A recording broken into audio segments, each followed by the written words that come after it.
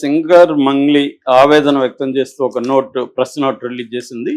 అందులో ఆమె చెప్పింది ఏంటంటే మొన్న రథసప్తమి సందర్భంగా అరసవల్లి టెంపుల్లో తనకి ప్రత్యేకమైన అర్చనలు అవన్నీ చేయించారు. కేంద్ర మంత్రి రామ్మోహన్ నాయుడు దగ్గరుండి చేయించారు.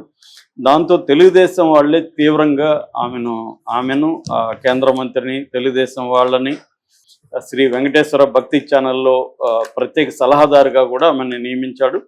సో అలాగా జగన్తో ఉండి జగన్ మీద పాటలు పాడింది. చంద్రబాబు పేరు చెప్పమంటే కూడా పేరు చెప్పడానికి నిరాకరించింది.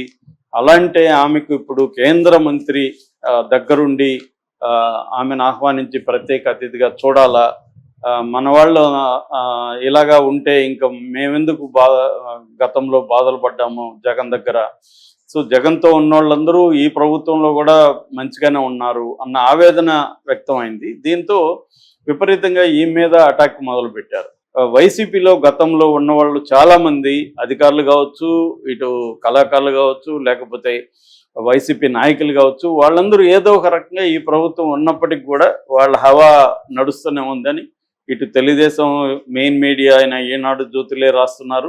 ఇంకా సోషల్ మీడియాలో అయితే రోజు ఏదో ఒక పోస్టులో మనకు అదే కనిపిస్తున్నాయి. వైసీపీ వాళ్ళే ఇసుక కుంభకోణాల్లో మధ్యం దాంట్లో వాళ్ళే ఉంటున్నారు, ఇప్పుడు కూడా వీళ్ళకి వాటాలు ఇచ్చేస్తున్నారు, పై స్థాయి నాయకులంతా అట్లాగే తిరుగుతున్నారు, అధికారులు కూడా వాళ్లే ఉన్నారు, ఇప్పటికి కూడా హవా నడుస్తుంది అనేది అందరూ చెప్తున్నారు.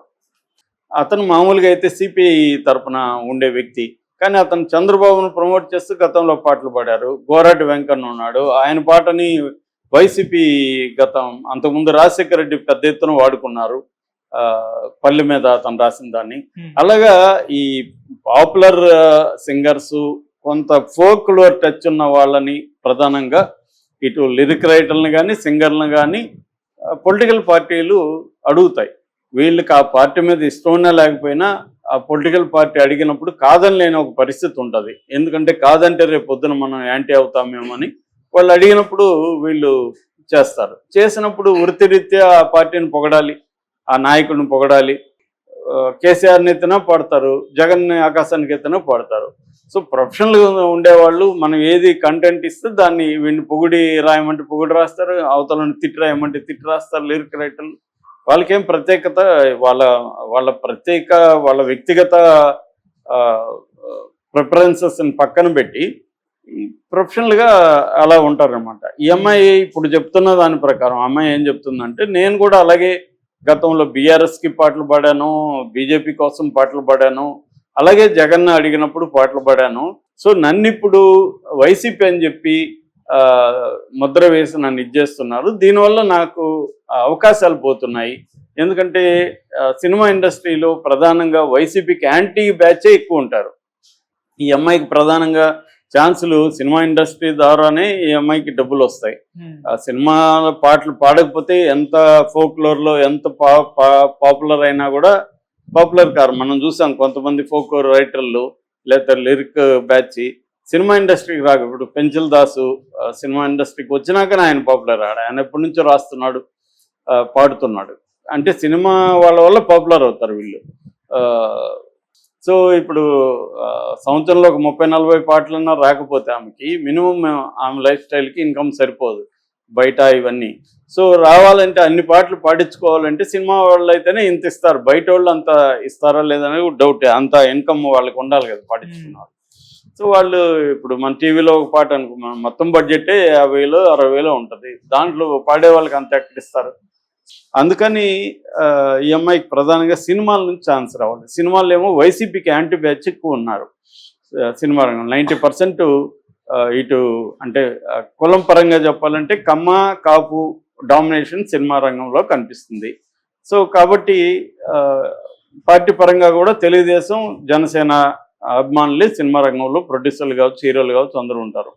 సో ఎవరన్నప్పుడు పాట పాడించుకోవాలా, ఈ అమ్మాయి బాగుంటుంది కదా, పాడుతుంది కదా బాగా అనుకుంటే, లేదా అమ్మాయి వైసీపీ కదా ఎందుకులే, ఎందుకంటే ఇవాళ ఆల్టర్నేటివ్ లేకుండా ఏం లేదు. కాకపోతే ఆ అమ్మాయి అది ఇప్పుడు కాదు, ముందుగా ఆలోచించుకోండాలి. అప్పుడు ఎక్కువగా అసోసియేట్ అయినట్టుగా మనకు కనబడుతుంది. ఆ టైంలో ఈ అమ్మాయి ఎస్వీబీసీకి వీటికి ఒప్పుకోకుండా ఉంటే ఇంత వచ్చేది కాదు. అప్పుడేమో ఒప్పుకొని చేసింది. నిజానికి అప్పుడు కూడా వివాదం అయింది. కాళహస్తి టెంపుల్‌లో ఈమె వెళ్లి షూటింగ్ చేయడం, అప్పుడు కూడా ఈ అమ్మాయి వివాదం అయింది. అంటే ముఖ్యంగా ఏందంటే ఈ ఇటువంటి ఒక సెన్సిటివ్ రంగాల్లో ఉన్నవాళ్ళు వివాదాల్లోకి, రాజకీయ వివాదాల్లోకి ఎంటర్ కాకుండా ఉండడం కూడా అవసరం. కాకపోతే వాళ్ళకి అంత మెచ్యూరిటీ కూడా ఉండకపోవచ్చు. ఒక్కొక్కసారి మంచి ఛాన్స్ వచ్చింది కదా, ఎందుకు వదులుకుందాం అనుకోవచ్చు. కాబట్టి జనసేనతో అసోసియేట్ అయినా, లేకపోతే తెలుగుదేశంతో అసోసియేట్ అయినా వైసీపీ వాళ్ళు విరుచుకుపడతారు. వైసీపీతో అయితే తెలుగుదేశం, జనసేన వాళ్ళు విరుచుకుపడతారు. అట్లాగా ఈ అమ్మాయిని వీళ్ళు పెద్ద ఎత్తున చేసినట్టుగా తెలుస్తుంది. నిజానికి ఈ అమ్మాయి ఒక బంజారా కులం, అనంతపూర్ జిల్లాలో గుత్తి దగ్గర బసినేపల్లి తాండా అని ఉంటుంది. దాంట్లో అక్కడ ఈ అమ్మాయి పుట్టింది.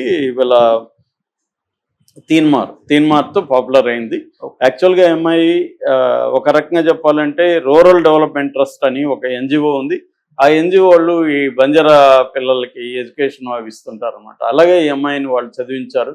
అక్కడ నుంచి ఈ అమ్మాయికి పాటలు పాడడంలో ఇంట్రెస్ట్ ఉందని గ్రహించి ఈ అమ్మాయికి, కానీ తన ప్రధానమైంది యాంకరింగ్ కాదు, తను మెయిన్గా సింగర్గా ఉండాలన్న కోరిక ఉంది. కాబట్టి అక్కడ నుంచి మైక్ టీవీ వాళ్ళతో ఒప్పందం కుదుర్చుకొని మైక్ టీవీతో పాటలు పాడడం మొదలుపెట్టింది. అట్లాగా తెలంగాణ అమ్మాయి అని ఇప్పటికి కూడా చాలామంది అనుకుంటారు. నిజానికి అమ్మాయి రాయలసీమ అమ్మాయి, కానీ చాలామందికి మంగ్లీ అంటే తెలంగాణ అమ్మాయి అనుకుంటారు. ఎందుకంటే తెలంగాణ పాటలు ఎక్కువ పాడింది. ఆ తెలంగాణ భాషలో అమ్మాయి పాడడం పాపులర్. ముఖ్యంగా రేలారా అనే సాంగ్తో అమ్మాయికి గుర్తింపు వచ్చింది. దాని తర్వాత గోర్ జీవన్ అనే సినిమాలో హీరోయిన్గా కట్ చేసింది. దాని తర్వాత వాళ్ళ సిస్టర్ అమ్మాయి ఇంద్రావతి చౌహాన్, అమ్మాయి కూడా వచ్చింది.